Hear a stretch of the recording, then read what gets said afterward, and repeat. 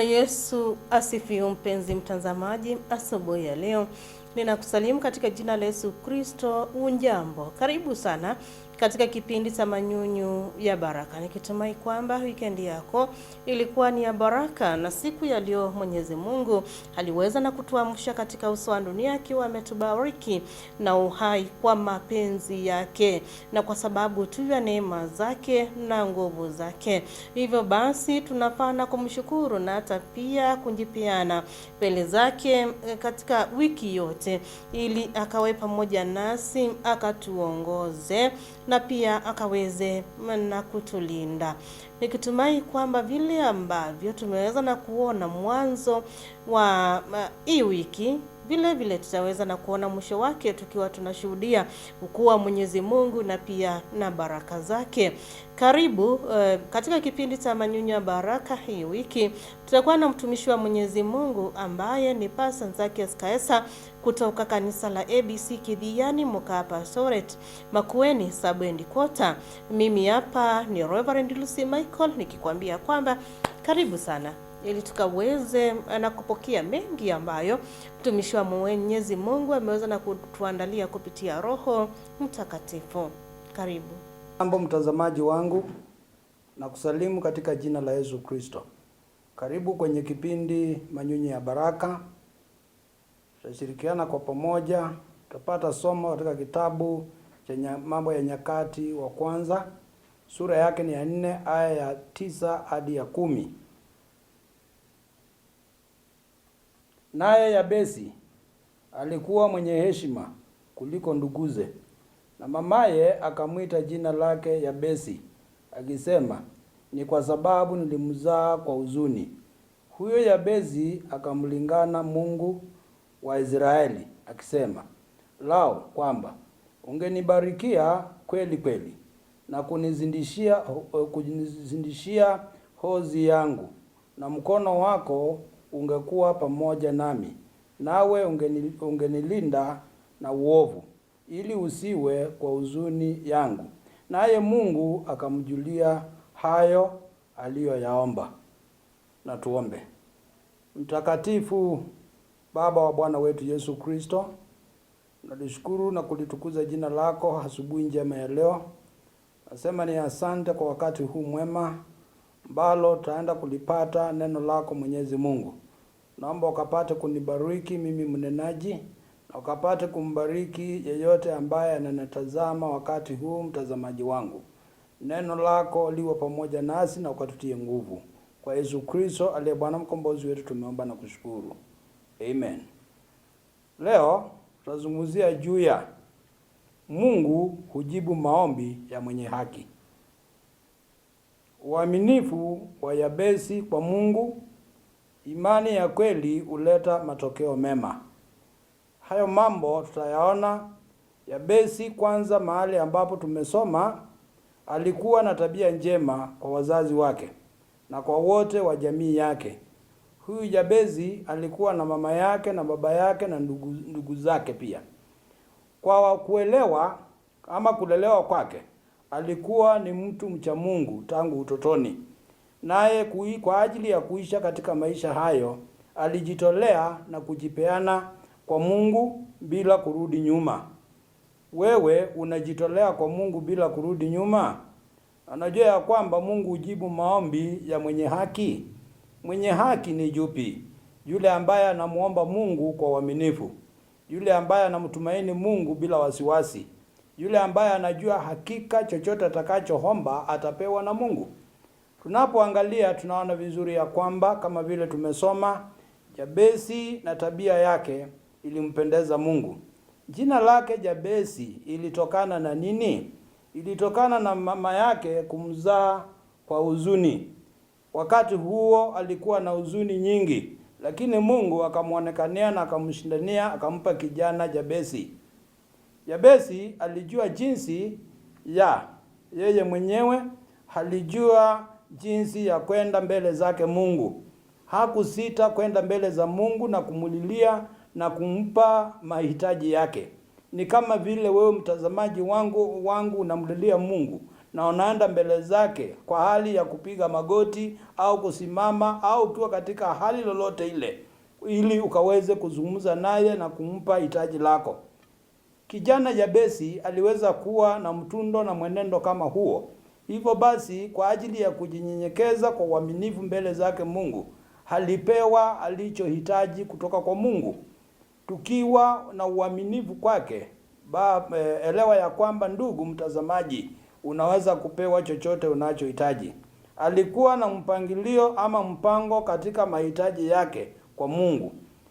Tumeweza kutangulia hapo awali na kusoma na kuona ya kwamba alielekeza hitaji yake kwa mambo manne.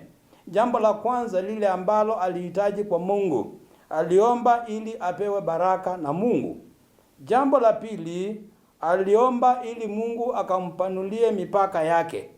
Na jambo la tatu, kila jambo atakalo litenda Mungu awe naye. Aliomba ili kila jambo Mungu nitakalo litenda, Baba uwe pamoja nami. Na jambo la nne, aliweza kuwa awe mbali na maovu au mambo yasiyompendeza Mungu. Hayo ni mambo manne ambayo aliwasilisha mbele zake Mungu kama mahitaji yake. Je, wewe siku ya leo kama Yabesi uko na mpangilio gani mbele za Mungu? Uko na mipango ya mahitaji ya aina gani? Labda hauna mahitaji kama haya ya Yabesi, lakini una mahitaji tu tofauti na haya. Lakini kilichoko afadhali kwako ni kujua na kutambua ya kwamba kweli yule Mungu ni Mungu wa karibu na Mungu mwaminifu kwa kujibu maombi. Una mtu wewe, ama unamtumaini Mungu, ama unacheza, ama unakuwa na hofu na tazuishi? Simama kama vile Yabesi hakusita kuliitia jina la Bwana. Hakusita kwenda mbele zake Mungu.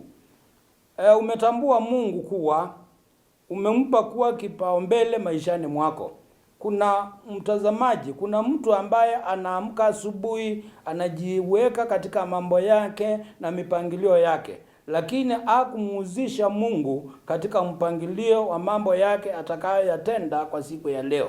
Je, ulipoamka mama yangu, ndugu yangu, dada yangu, je, uliketi na kuzungumza na Mungu au uliendelea tu bila mpangilio wa kumhusisha Mungu?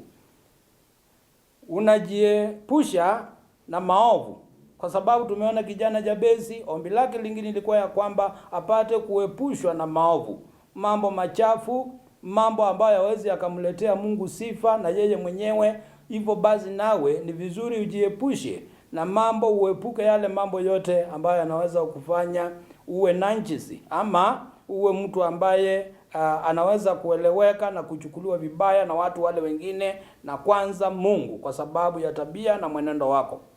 Mpaka uwe unajua jinsi ya kunyenyekea mikononi mwake Mungu. Kunyenyekea ni jambo la busara. Kama jinsi Yabesi huyu kijana aliweza kuenenda mbele ya Mungu kwa unyenyekevu.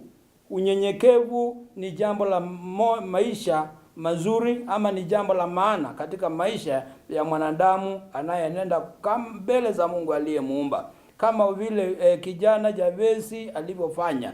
Yabesi alinyenyekea. Baraka za kila aina zinaweza kukufuata. Ndugu mtazamaji wangu, zimejaa kwake huyu Mungu. Aliomba baraka. Kwa Mungu kuna mibaraka nyingi.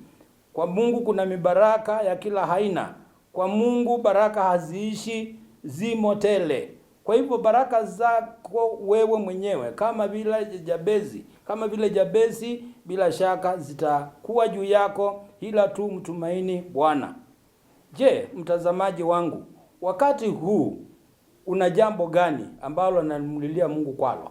Mpaka kuwa kuna lile jambo ambalo unamlilia Mungu ili akaweze kukutendea, ili akaweze kukufanyia, ili akaweze kukutimizia.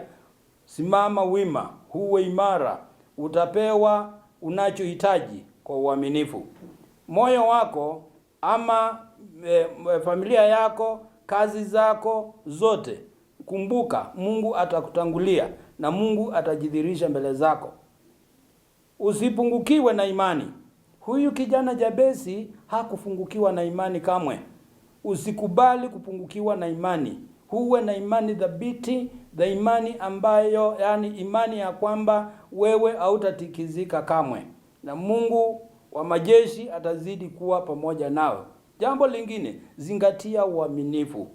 Uaminifu ndio ulimfanya Jabesi, kijana huyu, apate kufaulu. Uaminifu kwa Mungu, uaminifu kwa watu, na hata uaminifu na pia kwa wazazi, dada na ndugu zangu. Mungu wa baraka azidi kuwa pamoja nawe na akulinde. Na tuombe. Baba mtakatifu, katika jina la Yesu Kristo, asante kwa ajili ya neno lako asubuhi njema ya leo. Mbarikie mtazamaji na mahitaji yake. Umpe kuona heri na fanaka katika kila jambo hili analolitenda na kuwasilisha mbele zako. Baba, akapate kupata rehema na baraka zako kama jinsi tumeona kijana Jabesi. Kwa jina la Yesu Kristo aliye Bwana mkombozi wetu tumeomba. Amen. Mungu usikia na kujibu maombi ya yule ambaye anamtafuta bila kukoma, anamtafuta, yani yuko na bidii ya kumtafuta, na pia sio kumtafuta tu, bali kumtafuta kwa imani. Unaomba jambo, unaliombea jambo, unaamini kwamba kupitia kwa imani lazima ili jambo Mwenyezi Mungu ataweza na kunitimizia, ataweza na kunijibu. Hapa tumeweza na kuona Yabesi ambaye aliweza na kwenda mbele za Mwenyezi Mungu na kuomba kwa imani kwamba akaweza na kupanua mipaka yake. Maana wakati ambapo aliweza na kutambua na kujua maana ya jina lake, hakutaka jina lake likawe ndio linaweza kutoa maamuzi kuhusu maisha yake, kuhusu hatima yake. Ingawaje ilikuwa na maana ambayo sio nzuri, lakini aliweza na kwenda mbele za Mwenyezi Mungu na akamuomba kwamba akapanue mipaka yake, akambariki, akamuinue. Na kwa sababu alikuwa na imani, hakika Mwenyezi Mungu aliweza na kusikia, nayo yote ambayo yalionekana katika jina lake hayakuweza na kuonekana tena. Asubuhi ya leo tunafaa kuendelea na kumtafuta Mwenyezi Mungu kwa imani, tukiamini kwamba ataweza na kutujibu kwa wakati wake, na ataweza na kutusikiliza, na pia ataweza na kutubariki. Ninakutakia wakati mwema, siku njema. Mwenyezi Mungu atembee pamoja nawe na akaweze kuyangeuza yote ambayo yalikuwa yaje ya kudhuru, yote ambayo yalionekana na shetani kwamba haya yataweza na kukumaliza, hata kama ni kiroho, hata kama ni namna gani. Mwenyezi Mungu hayo yote akaweze na kumaliza, nasi kwa upande wetu tukazidi kumtafuta tukiwa na imani. Tupatane hapo saa 3:30 usiku ili tukaweze na kubarikiwa tena kupitia marudio ya hiki kipindi. Shalom.